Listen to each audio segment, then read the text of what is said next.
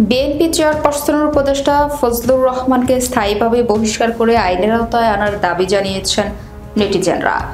রোববার সামাজিক যোগাযোগ মাধ্যম ফেসবুকে এই দাবি জানান তারা। এর আগে জুলাই-আগস্ট গণঅভ্যুত্থান নিয়ে কুরুচিপূর্ণ ও বিভ্রান্তিকর দেওয়া ফজলুর রহমানকে শোকজ করে বিএনপির একটি সূত্র এই তথ্য নিশ্চিত করেছেন। ফজলুর রহমানের শোকজের খবরটি মুহূর্তেই তা ভাইরাল হয়ে যায়। ওই নিউজের ফটোগার্ডের মন্তব্যের খবরে নেটিজেনরা তাদের প্রতিক্রিয়া জানাতে থাকেন।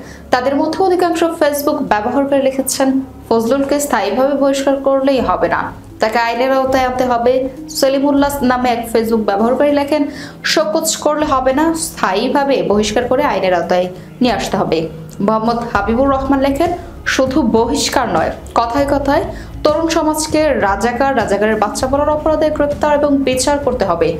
নুরুল ইসলাম লেখেন, এই পাগলকে দল থেকে বহিষ্কার করে পাবনা পাঠানো হোক, তারপর ওইখান থেকে চিকিৎসা শেষে চিড়িয়াখানায় রেখে দর্শনার্থীদের জন্য উন্মুক্ত করে দেওয়া হোক।